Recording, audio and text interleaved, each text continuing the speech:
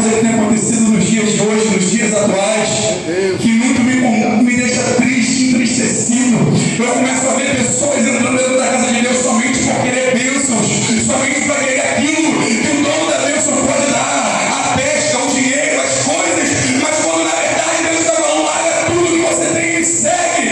Pedro não pensa duas vezes, Pedro ele larga aquela pesca. Quem sabe Pedro ia ficar rico, porque o barco dele estava em Gapi e todos os barcos que estavam em volta tiveram que me ajudar. Pedro não pensa duas vezes, ele diz, eu não quero a bênção, eu quero o dono da bênção. Se esse Deus fez isso comigo, o que mais ele pode fazer na minha vida? Eu quero te dizer uma coisa, quem sabe nessa noite você veio buscar uma cura, quem sabe você veio buscar uma oração, para quem sabe você procurou um emprego, as portas estarem abertas, quem sabe você veio procurar um aumento financeiro no seu trabalho, mas eu quero te dizer uma coisa, nesse lugar habita o Senhor, que é dono de tudo e que pode mudar a quadra da tua vida, mas Ele não quer simplesmente te dar a bênção, Ele quer mudar a tua vida por completo. Glória! Mudar o teu nome.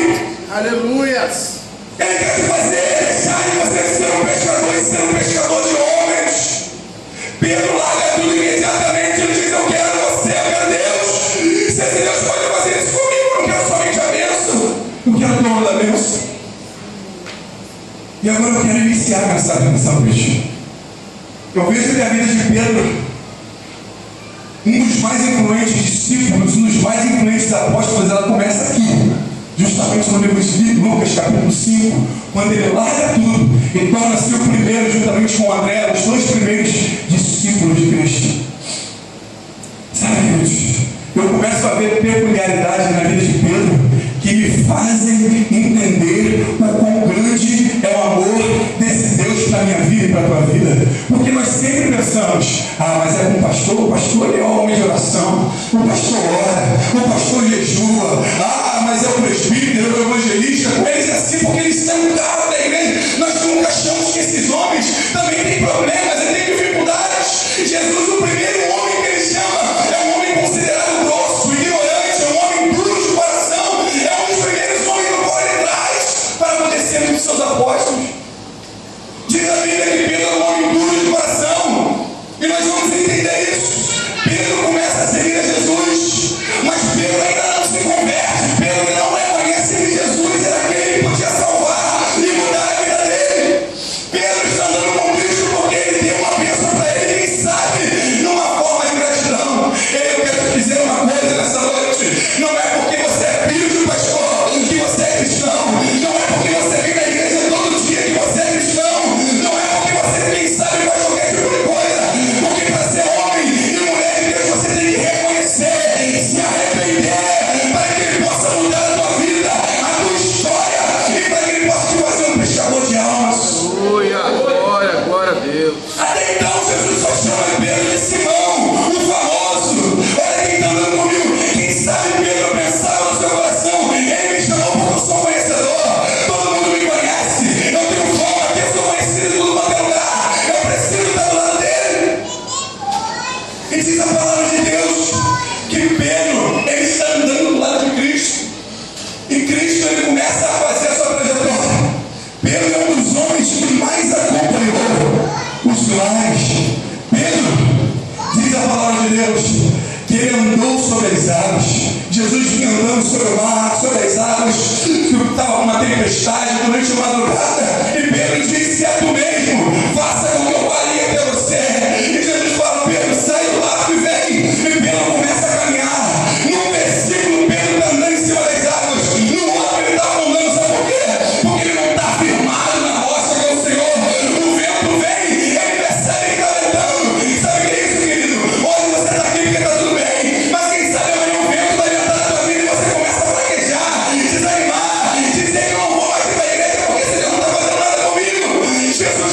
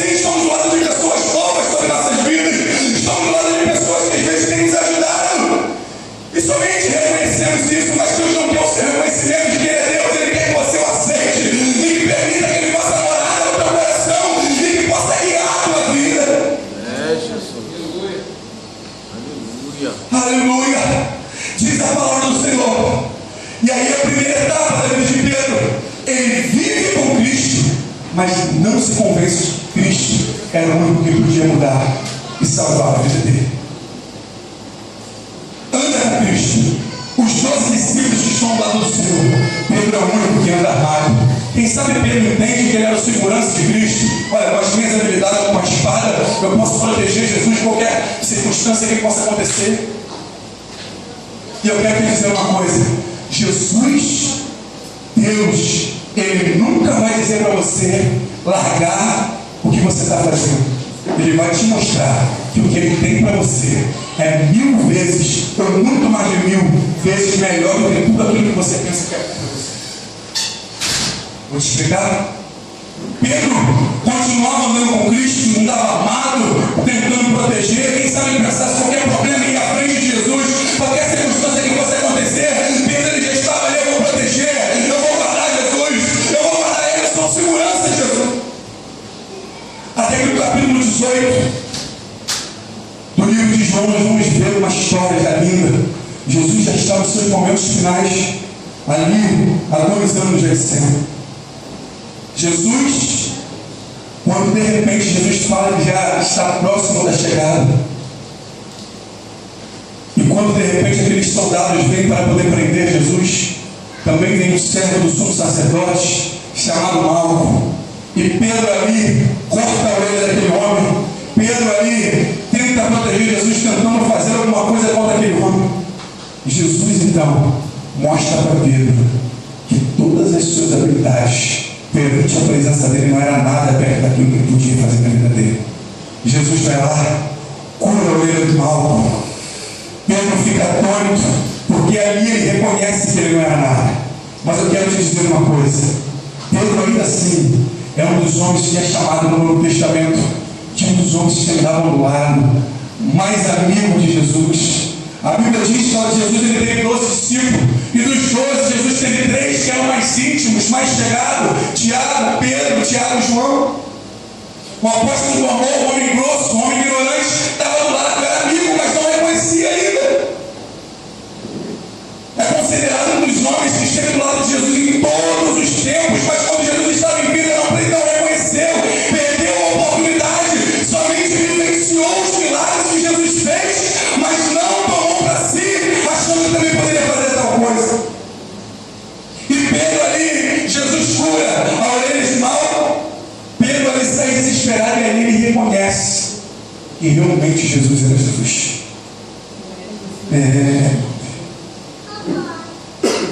E o interessante disso é que quando nós nos convencemos que nós estamos errados, a tristeza ela bate. O arrependimento ele vem. E muitas vezes nós achamos que é tarde, que não tem mais como. Jesus chega para Pedro e pergunta para Pedro se Pedro amava, se Simão amava ainda antes. Ele diz que vai morrer, e ele começa a dizer para Cristo que não era necessário ele passar por aquilo. Jesus diz para ele: olha Pedro, você ainda vai me negar 3 vezes. Antes que o galo cante, ainda hoje tu me negarás 3 vezes. Não, eu não vou te negar. Sabe o que eu entendo com isso, Pedro? Quantos propósitos nós fazemos com o Senhor, quantas alianças, quantos votos nós fizemos com o Senhor, dizendo: Senhor, eu vou fazer, vai acontecer, mas na primeira oportunidade que nós temos, nós esquecemos de tudo para poder fazer aquilo que melhor nos agrada. Porque nós esquecemos daquilo que nós prometemos para o Senhor. Quando Pedro diz que ele ama o Senhor, que ele vai estar do lado de Deus, a todo de Jesus, ali a todo tempo, Jesus diz para ele: ainda hoje, tu vai me negar 3 vezes antes que o galo cante. Isso é muito forte, meu amigo, porque hoje aqui dentro da casa do Senhor não é fácil nós levantarmos as nossas mãos e adorarmos a Deus. É fácil nós darmos um glória a Deus, um aleluia. Mas amanhã no nosso dia a dia, no nosso trabalho, quando o nosso chefe chegar, ou nas circunstâncias diversas da tua vida, nós levantamos as mãos e adorarmos o nome do Senhor a Ele, Cristo. Porque nós queremos agir com as nossas próprias mãos, nós queremos fazer como nós achamos que é o certo, enquanto Jesus está ali querendo nos ajudar. Sabe o que eu quero te dizer essa noite? É que Pedro ele foi considerado discípulo de Cristo, um dos homens mais chegados a Cristo. E olha quantos defeitos Pedro tinha. Eu quero dizer para você nessa noite que com todos os seus defeitos, de repente você acha que você não é digno, de repente você acha que você não é capaz, de repente você acha que você não vai conseguir, de repente você acha que isso é por não A, B, não C, porque você é inferior, você é um menorzinho, você não consegue. Deus ele está te mostrando que Pedro, um homem duro, um homem ignorante, um homem que não reconheceu, ele o amou e não desistiu dele, e ele também não vai desistir de você. No livro de Isaías, capítulo 49, versículo 15, vai dizer: pode porventura uma mãe esquecer-se tanto do seu filho, filho do seu próprio ventre, que não se compadeça dele, ainda que esta se esqueça, eu todavia não me esquecerei de ti, diz o Senhor. Não sei qual tipo de problema, não sei qual a situação, mas eu sei de uma coisa: que o Senhor ele não se esqueceu de você, ele não se esqueceu da tua vida. Pedro então nega a Jesus, acontece aquela situação, Jesus é preso e sai, e os olhos para Pedro, e olha lá, ele estava do lado de Jesus, eu vi, e Pedro chega e diz: não estava, não sou eu. Pedro tinha acabado de ver o milagre de Jesus, Pedro tinha acabado de se convencer que todas as suas habilidades não eram nada perante Deus, perante Jesus, mas ainda assim nega, porque as circunstâncias eram favoráveis a ele negar. Dizer que não vai negar hoje, querido, quem sabe da tua vida destruída, derrotada, precisando ser abençoada, é mole. Mas quando o bolso estiver cheio, quando a bênção estiver na tua porta, quando você estiver regozijando e alegrando, e aí quem sabe você fala: não vou para o culto hoje não, porque eu estou cansado, eu não vou para a igreja hoje não, porque hoje eu preciso descansar, hoje eu não preciso ir para a igreja, hoje eu não vou visitar lá, hoje eu não vou fazer isso porque eu estou bem, aí é mole, eu quero ver. Porque quando nós estamos precisando, nós estamos ali, mas no momento em que a bênção vem, nós queremos sair fora e somente desfrutar disso. Não, eu trabalho, eu tenho meu dinheiro, eu preciso de tempo para poder usufruir daquilo que Deus tem dado. Enquanto a obra de Deus está anunciando, precisamos de pessoas, precisamos de homens e mulheres dispostos a fazer a sua obra. Enquanto a obra de Deus está aqui, enquanto existem almas nessa noite se perdendo, nesse exato momento existem pessoas em hospitais morrendo, nesse exato momento existem pessoas se prostituindo, nesse exato momento existem pessoas se drogando, nesse exato momento existem pessoas dando cabo da sua própria vida, nesse exato momento existem pessoas que estão ansiando, precisando ouvir uma palavra, mas não tem quem pregue. Sabe por quê? Porque tem crente, quem sabe, acha que hoje não é dia de evangelizar. Porque hoje é dia de evangelismo na igreja dele, mas eu tenho que ir no shopping. Eu tenho que fazer o que me agrada, enquanto a obra de Deus ela vai ficar para o lado. Pedro, ele foi um desses homens. Na primeira oportunidade que ele tinha, negou a Jesus, negou a Cristo, negou o Senhor. Ele estava com Cristo. Não, não sou eu. Ele fala igual aqueles que estão. Não, você está me confundindo com alguém. Ele é um daqueles que eu via pregando junto com Cristo, andando do lado dele. Não, você está me confundindo. Aí o galo canta. Aí toda aquela bênção que você tinha ganho, você perde, porque Deus não tira de você, você perde. E aí o arrependimento vem: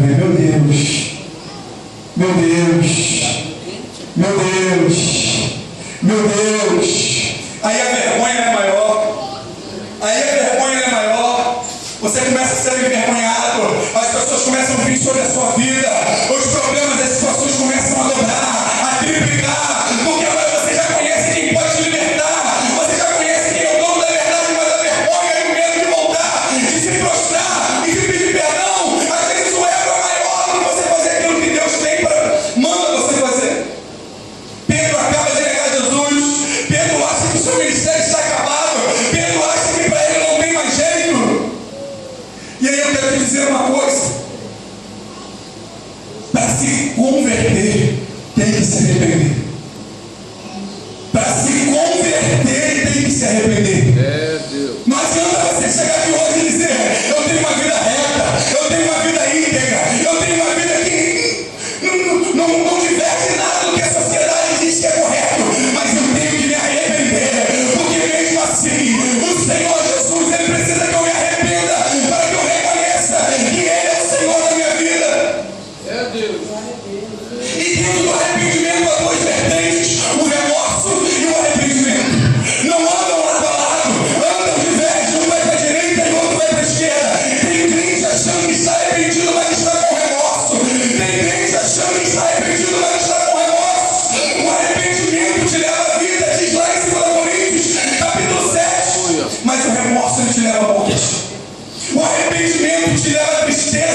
tristeza vai te levar a Deus, mas o remorso vai te levar a doenças que vão consumir a tua alma, vão consumir o teu espírito e vão te matar. Me dá um exemplo da Bíblia de novo. Pedro acaba de negar Jesus, mas não foi somente Pedro. Se você não deixa, você vai ver que quando os soldados já prendem Jesus, todos os discípulos fogem e correm. Judas Iscariotes era um dos discípulos que acabaram de vender Jesus. Pedro foi o que negou. Judas, ele não se arrepende, ele tem remorso. Tanto que ele tem remorso que ele prefere se suicidar da causa de sua vida.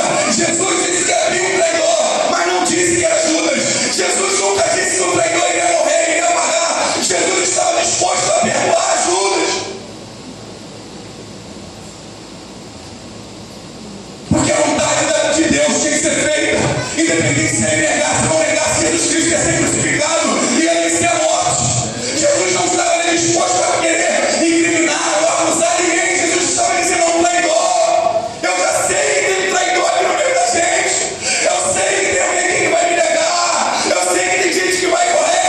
Mas se arrependam, porque eu sou o meu Deus. Eu sou o Senhor que quer mudar a tua vida.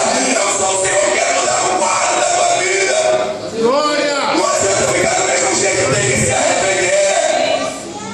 O remorso ele vai te levar a doenças.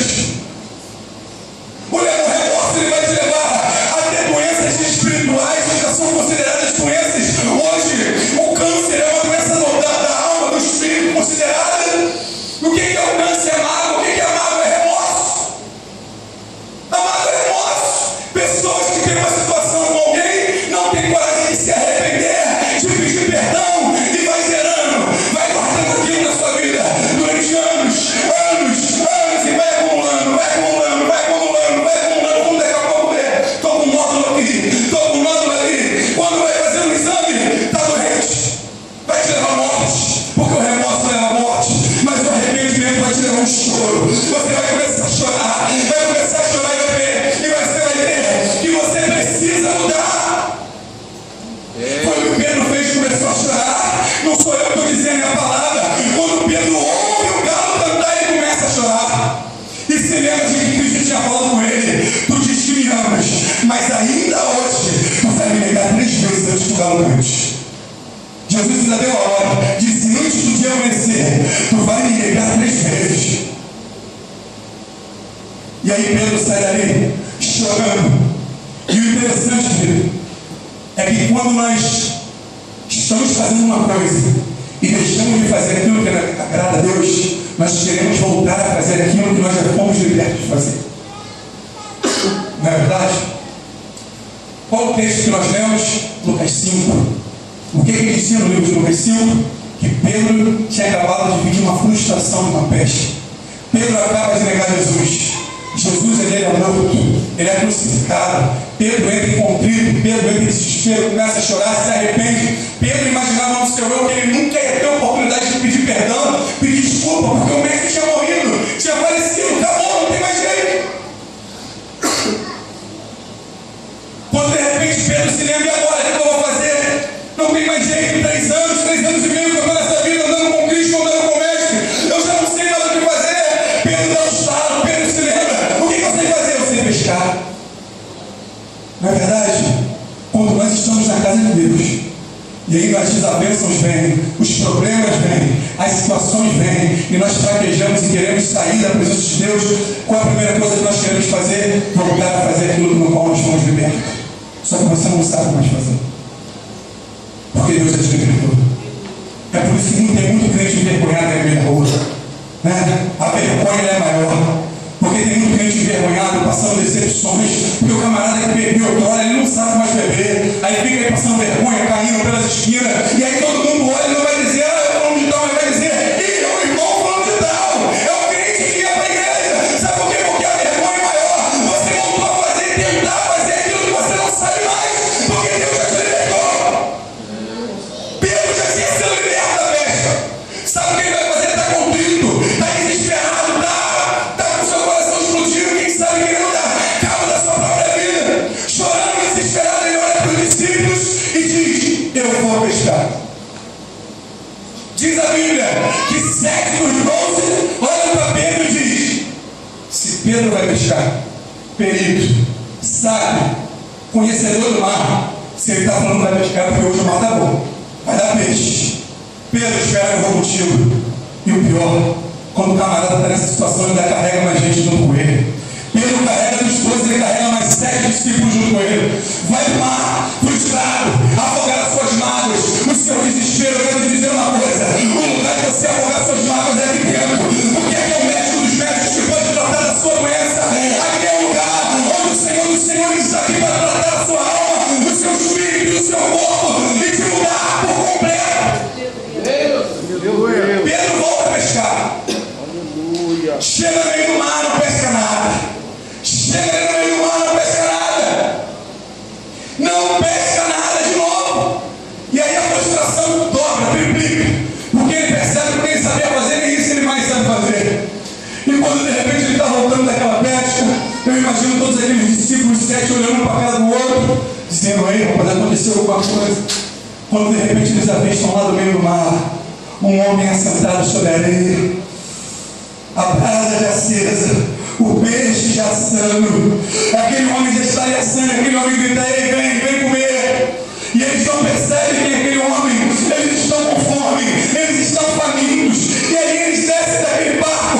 Na verdade eles pescaram muito. O barco também tinha grandes peixes, eles estão vindo uma noite de pesca. Mas Jesus estava ali no mar, na areia, com o peixe assando. Quando eles vêm, eles largam, vêm correndo, sentam ali e reconhecem que é Jesus.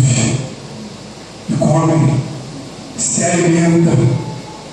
E Jesus diz: vai lá e busca aqueles peixes que estavam dentro do mar, dentro do barco. E aí os discípulos voltam tentando trazer e ninguém consegue trazer. Sabe por quê? Quem estava frustrado era Pedro.